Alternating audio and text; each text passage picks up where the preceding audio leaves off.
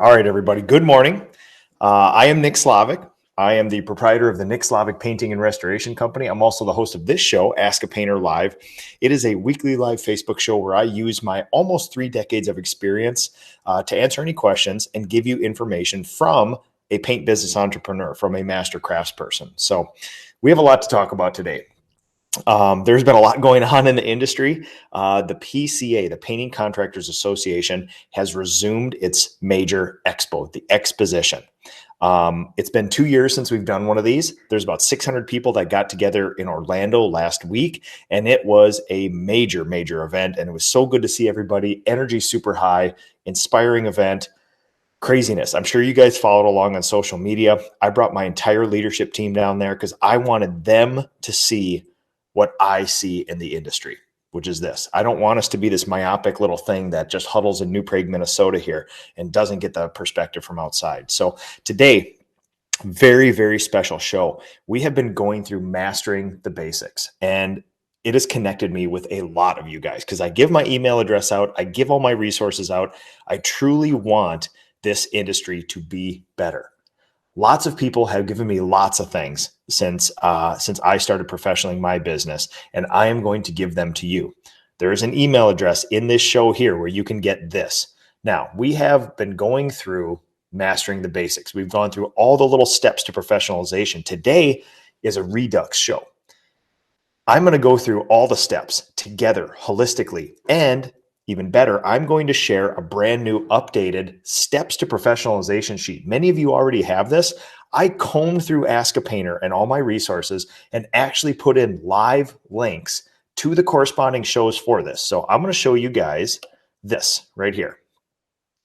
And let's get me small. There. This sheet, many of you know it. There are new little gold links in there. I went through this process in the last 5 or 6 years, from step 1 all the way to step 8 or whatever. We're still working on a few of them, but if you want to take your business from mediocre, chaos, friction, I don't know what to do, I'm wearing all the hats, I'm working 100 hours a week, I'm still not making any money, to something that's reliable, steady, fun, and prosperous, this is exactly what I did over the last bunch of years. I will give this to you. All you got to do is leave me a review, share it with other people, pass it forward, pay it forward, as they say. Like I said, this has all new links to show. So when it says proven process, creating SOPs, I actually have the show where I show you how to create SOPs. So you can go to step 1, proven process, then watch the show. And then within that show, I will actually give you my SOPs. You can see another link in there. So I want you guys to have the joy and the prosperity that I have with running my business. And this is going to do it. So there's links all over here, guys. You guys are already asking for it. It's in the show notes. My email address is there. You got it. I'm going to give you one quick update, and then we're going to jump right into this, where I'm going to go through all these steps. I'm going to show you a few things, give you some stats of the industry, and it's going to be a really fun thing. So this is a Redux show. We've been doing bits and pieces over mastering the basics on Ask a Painter Live over the last 2 months.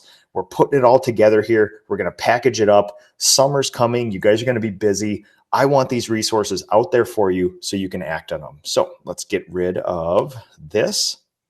So the PCA, I give a lot of these resources away, but there are great other resources you can get to. The PCA, the Painting Contractors Association. Jason Paris and I are at the helm of this thing currently. He's the chair of the board of directors. I'm the vice chair, and our initiative is professionalizing the industry. This is our passion. This is what we're doing. Jason is watching on Instagram right now. There is amazing amounts of training at the PCA. It's a membership-driven organization. If you're a member, you get industry standards, you get world-class painter training for your painters. It's videos going through all the craftsman operating procedures, ways to paint things. There is also native Spanish-speaking videos there too. This is not dubbed over Spanish. This is a native Spanish speaker doing the same thing that we had in the English-speaking video as a resource for the industry, because it's very likely 55% of our entire industry is Hispanic speaking. So it's a very, very robust resource for that. Jason Paris and my initiative is business professionalization. We have created an amazing resource that will be launched very soon. circling around business accelerator, business professionalization, but it's a series of videos just like painter training, but business owner training. And it has a lot to do with what we see here. So there's a lot of corresponding resources that we can all work together with. So again, the PCA is the holder of the industry standards, which are actually free to anybody. If you want to know what a properly painted surface is, there's actually a widely accepted industry standard for that. And it's free to you right now. Don't even have to be a member. There's world-class painters training. There's going to be world-class business professionalization training. And there are these in-person events, the expos, the forums. There's events all over the United States, including my master's classes and other people's education. So I will say this. The resources are all there for you. Success is information plus grit. The information between Ask a Painter and the PCA and all the people on Facebook is there for you. The challenge is, can you muster up enough grit to get that stuff and do something with it? Today, I'm going to lay out exactly what to do to professionalize your business. Professionalized businesses have almost no problem scheduling, estimating, marketing, recruiting, training, what else? Goal tracking, profitability, finding all the labor they want. This is a true statement in our industry right now. So here you go. We're going to jump into this, folks. All right. So let me get in here. All right. Keep an eye on my audio. Once in a while, when I bump into screen sharing, it will cut my audio. So you just let me know if we're still loud and clear. All right. I think we're good. Mastering the basics. Professionalization Redux. We are going over, in a summarized point of view, a lot of the mastering the basics that we've done. I want to wrap it all in a loop for you guys. I want to give you one main resource, and I want you to act on it this year. So this is it. Build a better business with accreditation. This is some of the resources I was talking about on the PCA. You can see our friend there, Jason Paris. There is some major resources coming for you with this. I would definitely look into this. Go to the PCA. If you pay your membership dues alone and do nothing else, it will be wasted. If you pay your membership dues and actually start corresponding and communicating with the members of the PCA, your business will do what mine did, flourish, and you'll have fun doing it. So industry stats to lay down some basics for you guys. Let me just make sure audio is still good. Jason Paris. My kids are running around naked and throwing cereal at each other while I watch Nick Slavik, who's with me. Jason's awesome. Good family, man. Turn off the show, Jason, and take care of your kids if they need you more than this. So you know what to do. All right. So industry stats to lay down some groundwork why this is so important. The average paint business size in the United States is 1.5 people. It's likely that we're into the high 90%, 98, 99% of all painting businesses in the United States are 1.5 people. How do you get 1.5? It was my business before. My father had a painting business and I helped in the summer. Hence, 1.5. The average paint business owner takes home $43,000 a year. That's about $21.50 an hour. I would say at least half of all the painters in my company make more than that, and they have no risk at all. As a paint business owner, if you make $21.50 an hour, you will go out of business in 1 to 3 years, give or take. You are pricing yourself out of business. You're not pricing in the risk. Half of all Americans make less than $50,000 a year. I believe paint businesses are little freedom machines that can give us deep satisfaction, love of our lives, hopping out of bed energized in the morning. Also, financial and time freedom. 1 to 3 years is the average lifespan of a painting business in the United States. So why am I saying all this stuff? This lays the groundwork for what this industry needs. All these little indications, $43,000 a year, 1.5 people, out of business 1 to 3 years. We are a fragmented, disassociated industry that is ripe for professionalization and possibly even a roll-up. So why professionalize? There is the break your leg test or the turkey truck test. You have to account for risk. Most people, when they send me some of their jobs, they say, I'm the best, I charge the most, and I'm booked out 2 years and everybody's going to wait for me. When we take some of their past jobs and run it through my job costing template, which most of you have, we find out that they're making somewhere between $18 and $20 an hour, which in fact, they could work for a professionalized company and make way more than that. Is this wrong? I want to say no, but yes, it is. You're not pricing in risk. You have to do a whole bunch of free estimates. You have insurance to pay for. You have taxes. You are taking on a higher amount of risk as a business owner. There has to be a higher amount of reward. Risk profile, organizational structure. When you are owner driven, way down at the kind of crotch of that graph right there, there is high risk because it's you, the turkey truck test. If you think you're a business owner or you're an owner operator, that test can be done very quickly. As in, if tomorrow you get hit by the turkey truck, does your business go on? 99% of all painting businesses in the United States will poof, disappear into the air. No more. When you're people driven, process driven, or culture driven, the risk goes down because it's spread out over more people. It's not dependent on one human. Right now, if I was to get hit by a turkey truck, business would go on. 6 to 12 months later, there'd be a need for some visioning, some strategy, some guidance, but I trust my team that they would probably know how to fill those shoes very quickly. You have to account for the risk. So why professionalize? This is a standard timeline life cycle of a business. There's an introductory stage where you low sales, high cost, little profit, growth stage, increasing sales, reduce costs, some profit, maturity stage, consistency, reduce costs, increasing profits. Then we have to fight the decline stage. So sometimes this can take 100 or 200 years, and sometimes this can take 6 months to go through this life cycle. But you can see there's life cycle extensions at the end. Every business will eventually experience a decline, reducing sales, constant costs, reducing profits.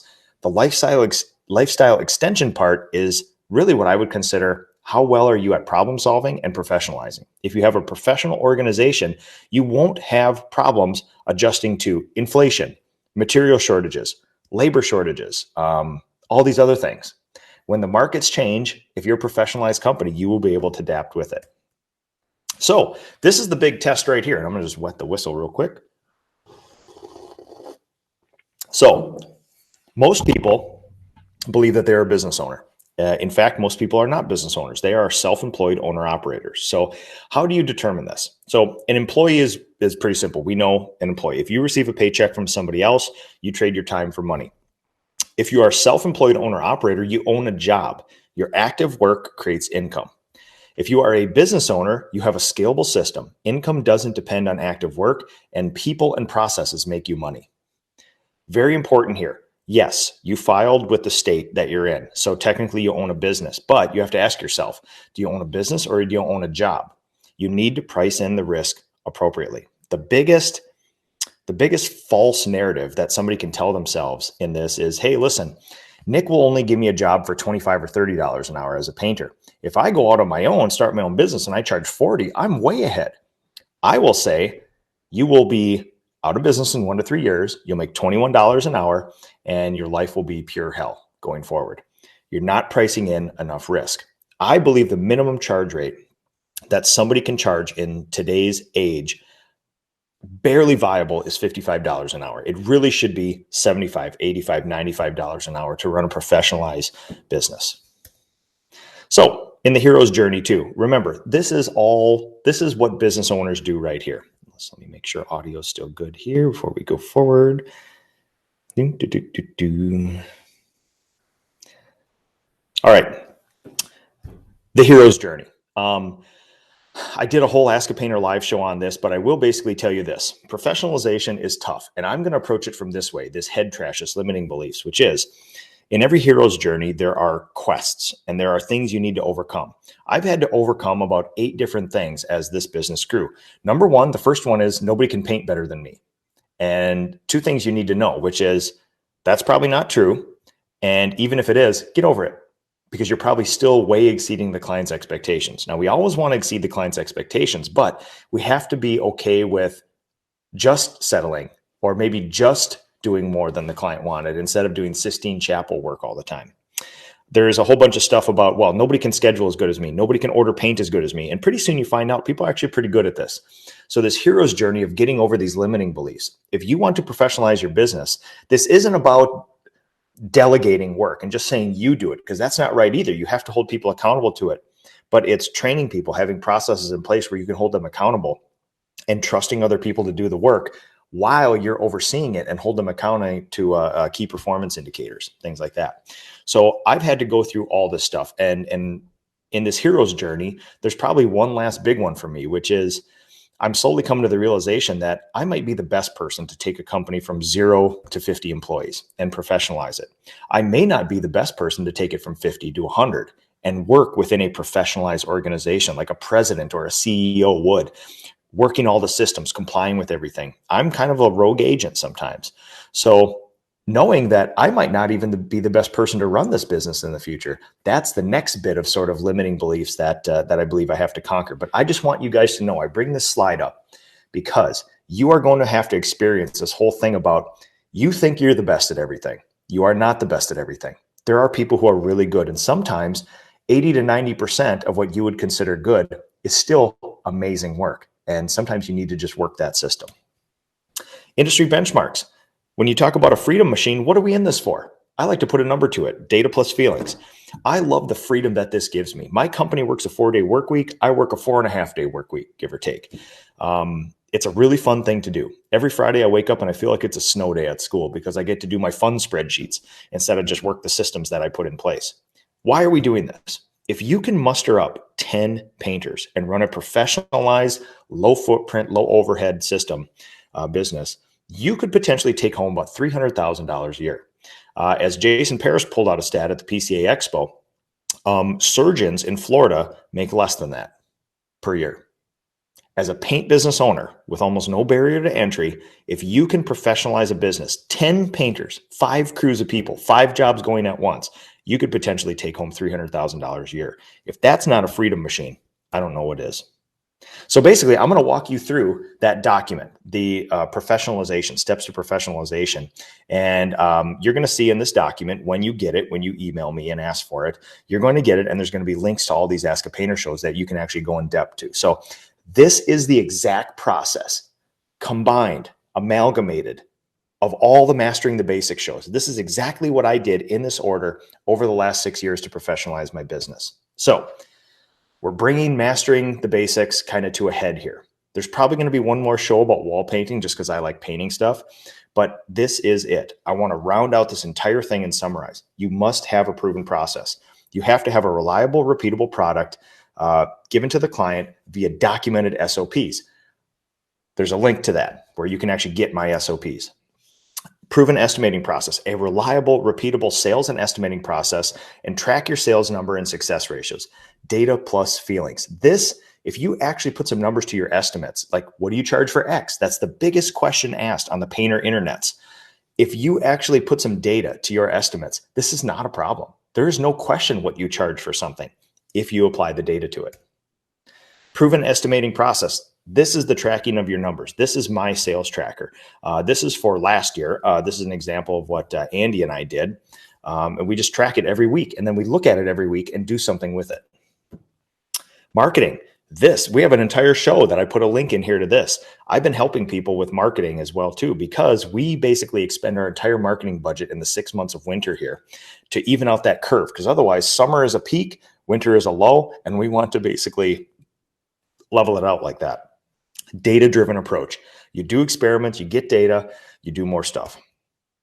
Deliverables and standards. This is a big one. Before you hire anybody, I would argue you need job description, pay scale, review process, standards and deliverable, and a way to rate people. People need to know what a win is, and they want to know what's expected of them. And more importantly, it has to be written down. It has to be measurable. A horrible standard or deliverable in your company is work hard, be good people. That is not measurable. That is subjective. You can make the argument for or against that. And especially when you have people's pay attached to it, it has to be a measurable goal. Deliverables and standards, the job description, very important. Most painting businesses hire a bunch of people. They have no job description. And when an employee says, that's not my job, or when you yell at them for not doing something, they have all the right in the world to come back at you and say, just show me where it's written down that I have to do this or not do this. And they would be absolutely right. Pay scale. So in order to inspire young people, you need to give them a path forward. You have to show them that you're going to develop them. And I've shared this with hundreds of people. This is my 6-year plan, 1 year of apprenticeship, 5 years of employment after, where we can take you from about $30,000, $36,000 a year to over $70,000 health insurance, retirement, all that other stuff. It's based on competencies that are measurable. You hit the competencies, you're eligible for a raise. Review process. Goal setting and review, GSR. It's very important that people know what's expected of them and then know what a win looks like. And reviewing them, we do it quarterly in my company. And we obviously, interact in between and help each other with goals, but it needs to be measurable and they need to know what's expected of them. Work orders. So again, this is something that we hand out to our crews. They take into the field. They use their phones to look at this. It tells them where to go, when to be, what rooms we're doing, what codings. And, I'm a big fan of job costing. This tracks all the material and labor for each project so that we can then mine this for our job costing. Employee handbook. It's a big one. I fought this for a lot of years because that's kind of businessy business stuff. It's employment law. And I'm very glad I had this in place during the year of COVID because we relied on this heavily. Employment law was tested to the max. If you don't have this, people can kind of do whatever they want with no recourse. Deliverables and standards. So I'm a true believer that when businesses fail, they fail because of accountability. People are not really that good of holding other people accountable. So what I do, I know this about myself, that I'm not the best at this. I actually put things in front of me that I have to trip over that hold other people accountable. The main one being my Monday morning meeting, where I get my entire leadership team there. And you can see there's an example of our meeting agenda where I start at the top, go to the bottom. I get all the data, all the numbers, all the feelings from the business. And even remotely, if I'm on an island in Florida, I can feel enough of these where I can actually tell what's going on in my business based on that. So job costing, you guys know that I am a huge fan of job costing. This is the foundational, the fundamental element of growing a business. This is the baseline data. It doesn't matter if you track success ratio, average job size, all that stuff on estimates. If you don't have job costing, it's not going to tell you what to charge. You're not going to know what types of jobs to estimate.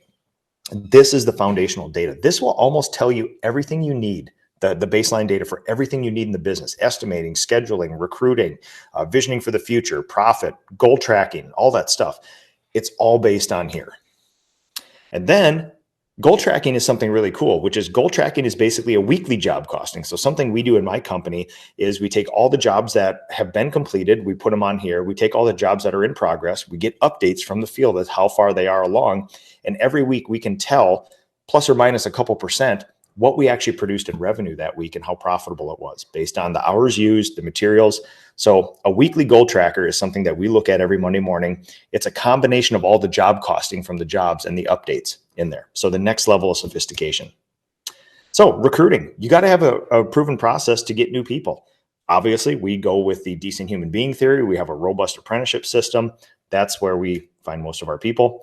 But you have to test it. You have to try it. You have to document it. It has to be written down. If it's not written down, it doesn't exist. So this is basically our onboarding process in the first week. You can see onboarding with me. There's some standard operating procedure training. We intro to tools and we train people on walls and cabinets and things like that. But it's a intentional practice sort of thing with a feedback loop and constant person-to-person interaction. And this is basically a 2 to 3 week training process when people come into our process or into our company, where we bring them into our training facility and train them up on what we need to do. But again, this has been modified over the last 2 years because we've tested it, we've tried things, we've adjusted it to make it better. It has to be written down. So, cost of apprenticeship. Again, people think there's no good people out there. How could you possibly train somebody? They're not producing revenue. Basically, when you break this down, I like the data plus the feelings. If you have a trainer and 2 apprentices, it will basically cost you $2,440 in a 2 week period to train those people. So not a big investment for the most important thing in your company, humans, give or take. Retention. So this is not just go-kart racing, axe throwing, stuff like that. Yes, there are some sexy touchstones like our company happy hour, boat cruise, holiday parties, shop barbecues, leadership training, things like that. But it's more of a daily interaction sort of thing, and knowing that people are constantly being developed and that you actually genuinely care about them and have empathy for them. So it's not once a year throwing a big party. That is not what creates culture. It's that everyday interaction, knowing that they have a support system around them, especially for people that haven't been in the trades before. Yeah, sexy stuff versus real stuff. The boss lunch, you can see here. This is a constant drip where we see people's job sites and get a pulse of the company. So one thing that we did, which I'm very proud of this year, is we actually have a formal leadership coaching program in my company, and everybody's eligible from day one all the way up to leadership team and everything else. We meet every other week. It's paid. Most people are on overtime. I buy them all breakfast because I want them to invest in themselves with coaching. The goal of this coaching is to introduce people to higher levels of accountability and leadership. And they need to take higher levels of ownership and responsibility for the actions that they take. And we do this through goal setting, personal, professional, and superordinate goals, where we have to stay accountable to this group. We give lessons on job site communication, taking ownership, and it's an amazing group. And it's been a lot of fun. We actually had one yesterday. Personal professionalization. So again, most people think professionalization is like, listen, I actually had somebody contact me and say, how do I get my painters to do what I tell them to do? Or how do you make my painters do what I want them to do? That is not the words of a leader. A leader inspires other people to accomplish a common goal with them. Never forget that you are probably the problem. Most of the problems you experience in your business or your personal life are a direct result of you and your actions. So don't ever forget, professionalize the business, get a standard operating procedure, but you need to personally professionalize. Number one, if it's not written down, it doesn't exist. Get a day in Google Calendar and chart your week, just like you're doing here. Scheduling, prioritizing, visioning out, holding people accountable, and have cultural dates in there as well. Roles of a leader. This is a thing that I focus on a lot, which is sometimes it doesn't feel fair to be a leader, but you have a possible very large reward. You have to take on more risk, and some of that comes with this: roles of a leader and dysfunction of a team. One of the things that I like is, fear of conflict, you mine for conflict. That's one example on here. So if you're seeing a dysfunction where people are shying away from accountability or conflict or holding other accountable, you have to go mine for it. You have to go out there and pull it out, but in a non-confrontational way, which is what a good leader does. So visioning. This is one of those things too, where if you're not going to do it, nobody else is. So this is one of the main job descriptions of most business owners, where you need to be looking 1, 3, 5, 10 years down the road and doing the things today that will set you up. You cannot be in a reactionary role during this time. Simple to complex. So one of the things that makes the most successful businesses, when you think about professionalization, is you're not going to win at every step, right? Some SOPs aren't going to work. Accountability won't work. The meetings are clunky, but you have to have a constant improvement cycle where you identify a problem, you discuss a problem, and then you solve it. Fail fast is what we say in my company. Just fail fast, fail fast. If something doesn't work, we'd rather get a data point. We'd rather get a positive or negative data point, make a change, try it again, try again. So when you go through professionalization, just remember, not going to be a home run. It took me about 5 years to do this. And we've restarted and we've done all sorts of different things over and over again. We've revisited a lot of things. We've done some simple things. We've added complexity. It hasn't been perfect, but we fail fast. If we're going to do something, let's just get a data point and move on. So tactics versus strategy. One thing when we talk about fail fast is I always tell my team, people get stuck in a problem solution loop. A problem came up, a fire, we put it out. Fire, put it out. Fire, put it out. Problem, solution, problem, solution.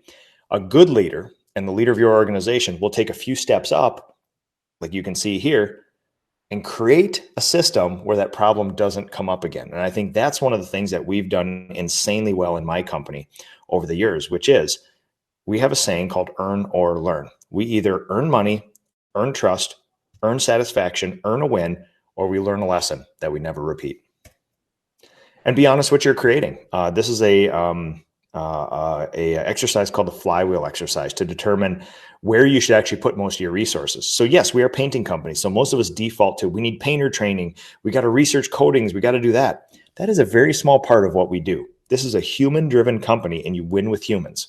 So my flywheel starts with attracting decent human beings. We inspire our people. We have simple systems that give surprisingly fine finishes, that make happy clients, that maximize our margins, give us a big war chest, and we pour it back into our recruiting machine to attract more decent human beings, inspire our people. And you can see how this flywheel goes around and around like that. We are a recruiting, development, empathetic, leadership coaching, human development, I think I said that twice, machine that happens to paint. Doesn't mean we don't take paint seriously. We are very serious. There have been 2 people in this company that have won Craftsperson of the Year in all of North America. We push hard to be the best at coatings, but most businesses in our industry fail at the human side, and we don't take that for granted. And this is a big one. This is the focus of my last 2 years. There's a book called Grit that I've been using to sort of like, it inspired me to sign a work on my own head trash and limiting beliefs. And I do believe part of that hero's journey is nobody can paint better than me. Nobody can schedule better than me. That's all head trash. Everybody can do jobs pretty dang well. And I've been surprised in the past, getting over your own ego, getting over your own head trash, and just working your systems, getting feedback, getting data, and just doing what's right for your clients has been a great process. So this is it. This is that sheet. This is the new Steps to Professionalization guide.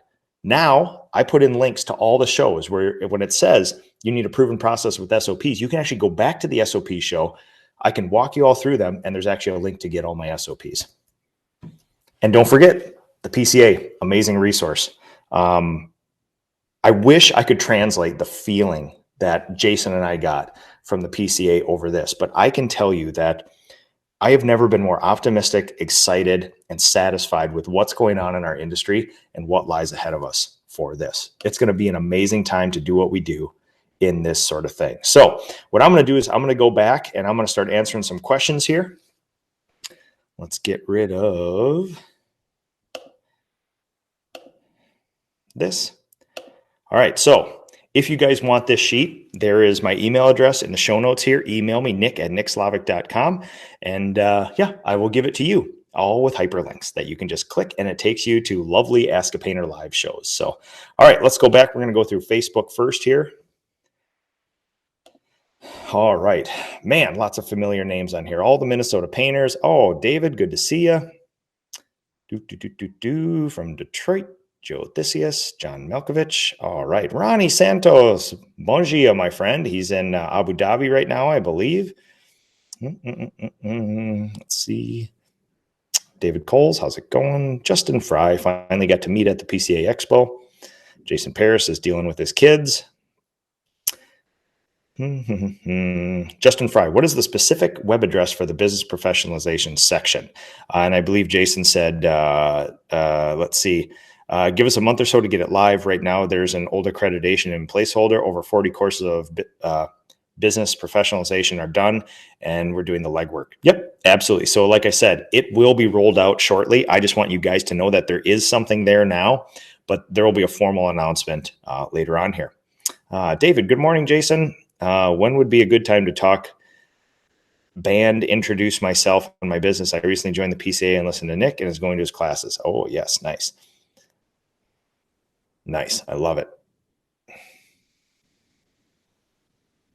Jason, Nick's spitting fire this morning. I'm feeling it, man. I've been really thinking a lot about this, and that expo lit another fire under me. And I really, really, really, really love getting gapped. And that's a phrase that Jason introduced me to. When you have a conversation with somebody who is so substantial and so accomplished that it gives you different perspective about where you stand. It shows you where you could be. So sometimes we can get a little proud of what we've done. We have a little ego in this. And when you talk to somebody who's way better at this than you and way more confident than you, it really shows you where you are and then still what's there for you. And I got gapped hardcore on my first night of the expo talking to Brandon Vaughn. He's a substantial human, and I appreciate that very much. So, yeah. Tanner Mullen, my man, don't underestimate the abilities of the common man. Boy, if that's not the, that should be the tagline for this entire show, man. I love that very much. Data-driven decisions. I love that much. Jason Paris. Love it when Jason tunes in. He's always got good insight.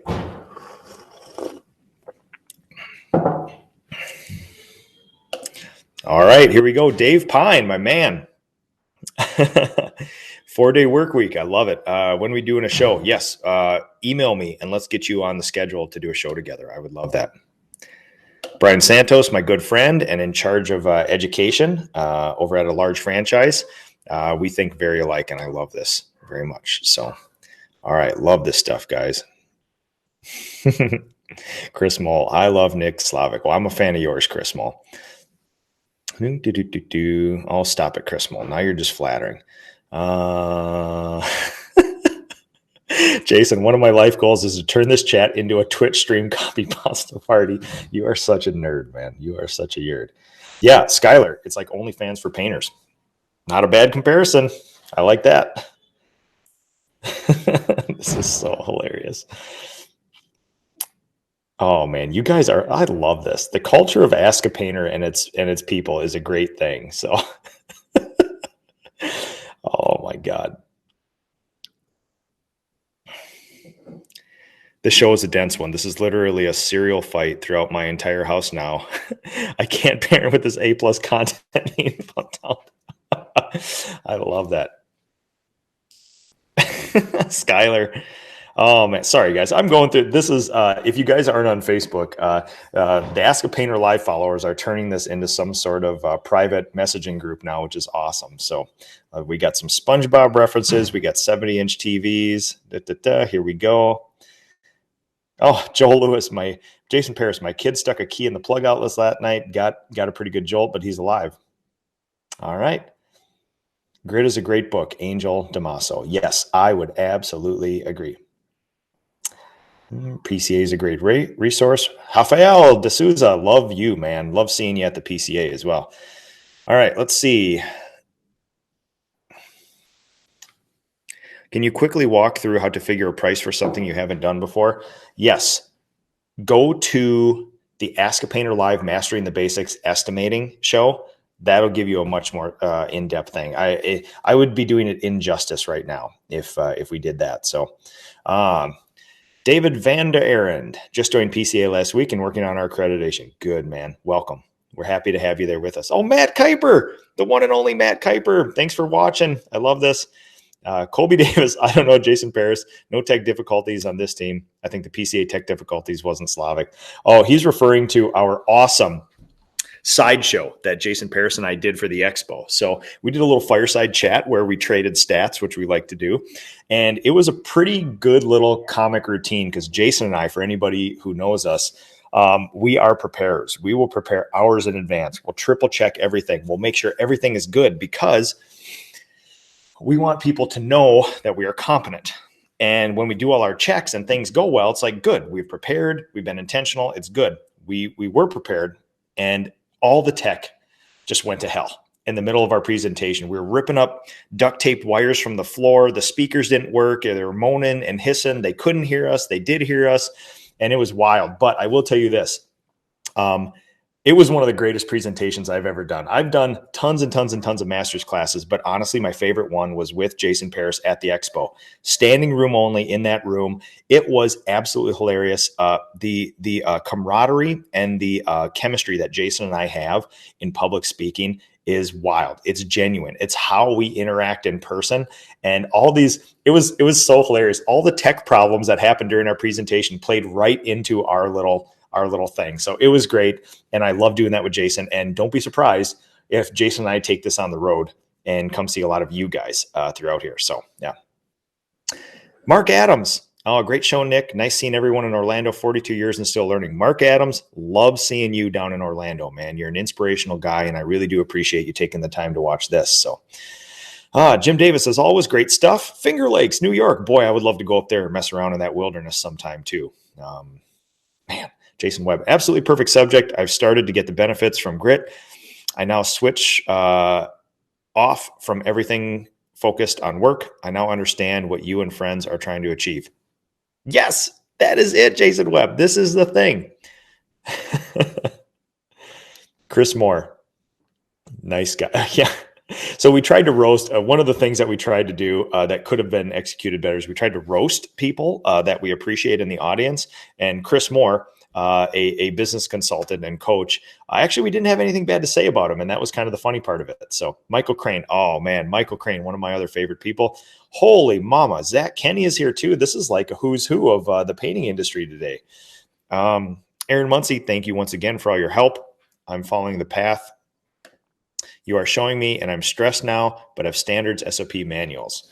Now listen, I hate to keep giving Jason Paris compliments, but he's a jukebox of amazing information for our industry. He actually just told me like years and years ago, like, hey man, this is hard. So when it feels hard or it is hard, just know it is hard. So don't be surprised by it. Anything good, anything worth building that's substantial like we're doing is going to be hard in some relative dimension. So good luck. Phil Klein in Florida. Aaron, how's it going, man?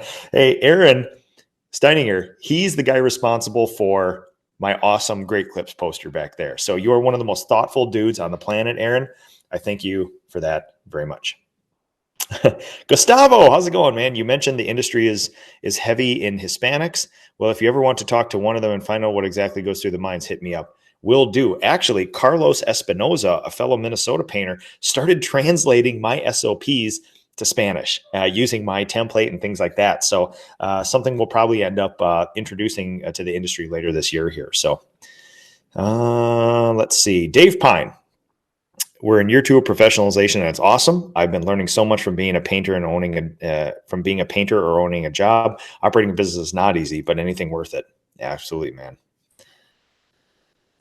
Jason, crippling insecurity, the triple checking. Likewise, you guys did it. Colby Davis, you guys did a great job. It was fire. I got 4 pages of notes. Awesome, man. I love that. All right. Oh, actually, you guys can actually go on Ask a Painter Live. I believe I originated from the Nick Slavik page because it wasn't an Ask a Painter Live show. You can actually go back and see our presentation and all the hilarity that ensued. And Jason is a substantial human being, great public speaker, and I think we jive really well. So you can actually go see this crazy fireside chat that we did. So, oh man. Chris Mull's like watching a Laurel and Hardy show. Oh, Brad Ellison's on there too. I'm seeing lots of retreaters on here. So we have to come up with a name for the people who have done the retreats with me. Retreaters is hilarious because it ensues that we are retreating from something. But I'll until we get a better name, maybe the crazy culture that's being created in this thread now can come up with a name for the people who have been on these Ask a Painter Live retreats. But wow, the relationships are pretty deep after one of those retreats, and it's a special group of people. So I like that.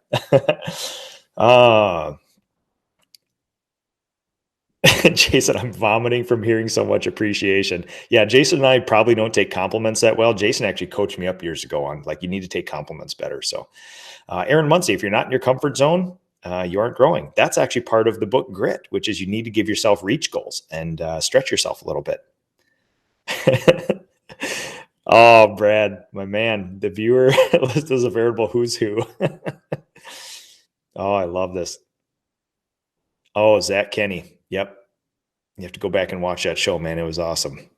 All right, man. I feel like I just want to kick back in a chair and watch the Slovakians, Matt Kuiper.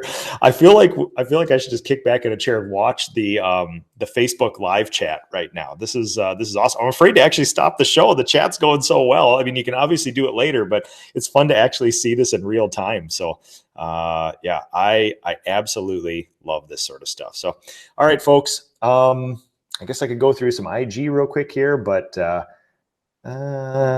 oh, here we go. Rosad123. Do you use Benjamin Moore paint? And if so, how much do you pay for the advanced satin? Email me, nick@nickslavik.com, and I might be able to give you a hand with that stuff there. But yes, I do use Benjamin Moore paint. I use a little bit of everything, to tell you the truth. We're probably skewed higher on Sherwin-Williams because of quality of the coatings and logistics. But obviously, you guys know I'm a huge fan of ScuffX. That is a miracle paint. So Alda Amaro, I have a small painting business company in Minnesota, and I need to follow the jobs that you recommend to get jobs for me and my team. Absolutely. Alda, if you email me, nick@nickslavik.com, especially for another fellow Minnesota painter, happy to help always. All right, folks. Yeah, I hate to shut this live stream off, but honestly, like it's kind of family time for me. So this is hilarious. You guys, I love this. So, okay, that's it. If you guys want some resources, hit me up, nick@nickslavik.com. Nothing makes me happier than the culture that we're creating in this right now. Huge ask. Yugo-Slovakians, retreaters, however we're going to call this thing. Everybody right now, click share on Facebook and get that thing out there. Share Share on your page, share in a group. Just right now, hit share, get this thing out here, and we can get more like-minded individuals here. Also, big announcement coming shortly. Yugoslovakians, retreaters, whatever you call yourselves. There's another retreat coming in late August. I will make a formal announcement. There will be an application process. We're gonna bring in some of the old guard, the people we know and love. We're also going to sprinkle in some new people because we got to keep that group fresh. So if you want to become a retreater like the rest of us, keep looking for that. It's going to be a lot of fun. And yeah, the comments are coming in hot and heavy. I do have to stop the live feed, but I will be on here later looking these over. Seriously, you guys, nothing makes me happier than the culture we're creating here. And we will talk to you guys later.